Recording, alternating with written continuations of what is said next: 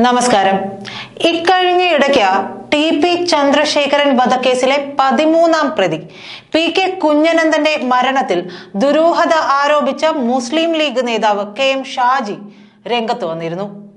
TP. കൊലക്കേസിൽ നേതാക്കളിലേക്ക് എത്താനുള്ള ഏക കണ്ണി കുഞ്ഞനന്തനാണെന്നും ഭക്ഷ്യ വിഷബാധ ഏറ്റാണ് കുഞ്ഞനന്തൻ മരിച്ചതെന്നുമായിരുന്നു കെ.എം. ഷാജിയുടെ ആരോപണം. കണ്ണൂരിലെ എല്ലാ രാഷ്ട്രീയ കൊലപാതകങ്ങളിലും കൊന്നവൻ കൊല്ലപ്പെട്ടിട്ടുണ്ടെന്നും കെ.എം. ഷാജി ഇതോടുകൂടി ചേർത്തു പറഞ്ഞു.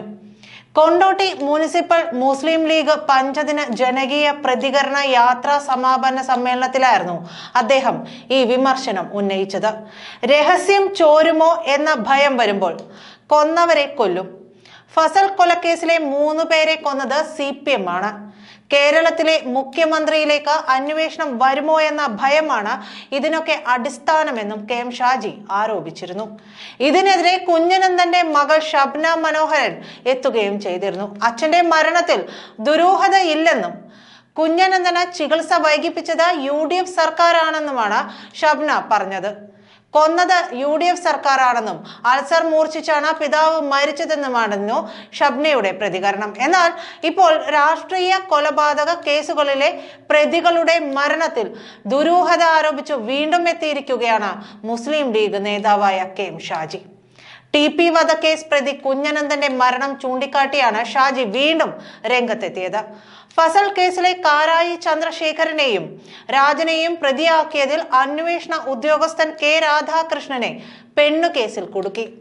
ഷുക്കൂർ വധക്കേസിലെ പ്രതിയുടെ ഭാര്യ ആത്മഹത്യ ചെയ്തു. മൻസൂർ കേസിലെ 2ാമത്തെ പ്രതി രതീഷ് ആത്മഹത്യ ചെയ്തു. ടി.പി. കേസിൽ പിടിയിലായ കുഞ്ഞനന്തനും CH അശോകനും മരിച്ചു.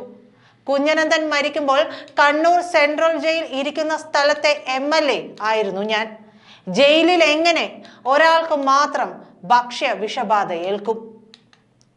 അച്ഛന്റെ മരണം അന്വേഷിക്കണമെന്ന് ആവശ്യപ്പെട്ട മുഖ്യമന്ത്രിക്ക് പരാതി നൽകാൻ കുഞ്ഞനന്തന്റെ മകൾക്ക് ധൈര്യമുണ്ടോ എന്നും ഷാജി ചോദിക്കുന്നുണ്ട്. കോഴിക്കോട് പാലേരിയിൽ നടന്ന പൊതുയോഗത്തിലായിരുന്നു ഷാജിയുടെ പ്രസംഗം. ടി.പി. കൊലക്കേസിൽ CPM നേതാക്കളിലേക്ക് എത്താനുള്ള ഏക കണ്ണിയായിരുന്നു കുഞ്ഞനന്തൻ എന്നുമാണ് ഷാജി നേരത്തെ പറഞ്ഞിരുന്നത്.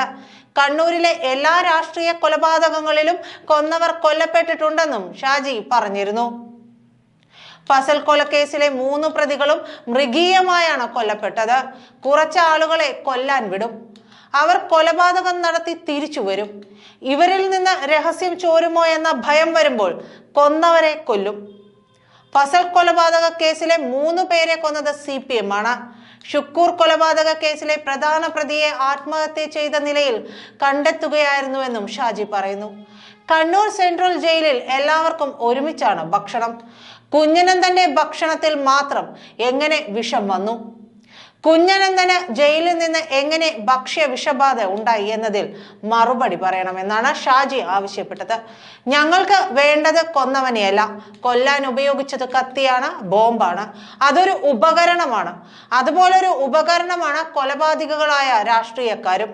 പക്ഷേ കൊല്ലാൻ പറഞ്ഞവരെ വിടരുത്, കൊല്ലിച്ചവരെ വേണം. ടി.പി. വധക്കേസിൽ കുഞ്ഞനന്തൻ മരിച്ചു. ഭക്ഷ്യവിഷബാധയെ തുടർന്നാണ് കുഞ്ഞനന്തൻ മരിക്കുന്നത്. കണ്ണൂരിലെ എല്ലാ രാഷ്ട്രീയ കൊലപാതകങ്ങളിലും കൊന്നവർ കൊല്ലപ്പെട്ടിട്ടുണ്ട്. ഇത് പറയുന്നതിന്റെ പേരിൽ എന്നെ തൂക്കിക്കൊന്നാലും കുഴപ്പമൊന്നുമില്ല. രഹസ്യം ചോർന്നേക്കുമെന്ന ഭയം വരുമ്പോൾ കൊന്നവരെ കൊല്ലും. ചന്ദ്രശേഖരൻ വധക്കേസിൽ നേതാക്കളിലേക്ക് എത്താൻ കഴിയുന്ന ഏക കണ്ണി കുഞ്ഞനന്തനായിരുന്നു. 7 പ്രതികൾക്ക് ചന്ദ്രശേഖരനോട് ഒരു ദേഷ്യവും ഉണ്ടായിരുന്നില്ല. കേരളത്തിലെ മുഖ്യമന്ത്രിയിലേക്ക് അന്വേഷണം വരുമോ എന്ന ഭയമാണെന്നും ഷാജി ആരോപിച്ചു. ടി.പി. വധക്കേസിലെ 13ാം പ്രതിയായിരുന്നു പി.കെ. കുഞ്ഞനന്തൻ. വധക്കേസിൽ ജീവപര്യന്തം ശിക്ഷിക്കപ്പെട്ട് ജയിലിൽ കഴിയുന്നതിനിടെയാണ് മരണപ്പെട്ടത്. ജയിലിലായിരിക്കെ തന്നെ കുഞ്ഞനന്തനെ പാർട്ടി ഏരിയ കമ്മിറ്റിയിലേക്ക് തിരഞ്ഞെടുത്തത് വലിയ വിവാദവുമായിരുന്നു. നന്ദി.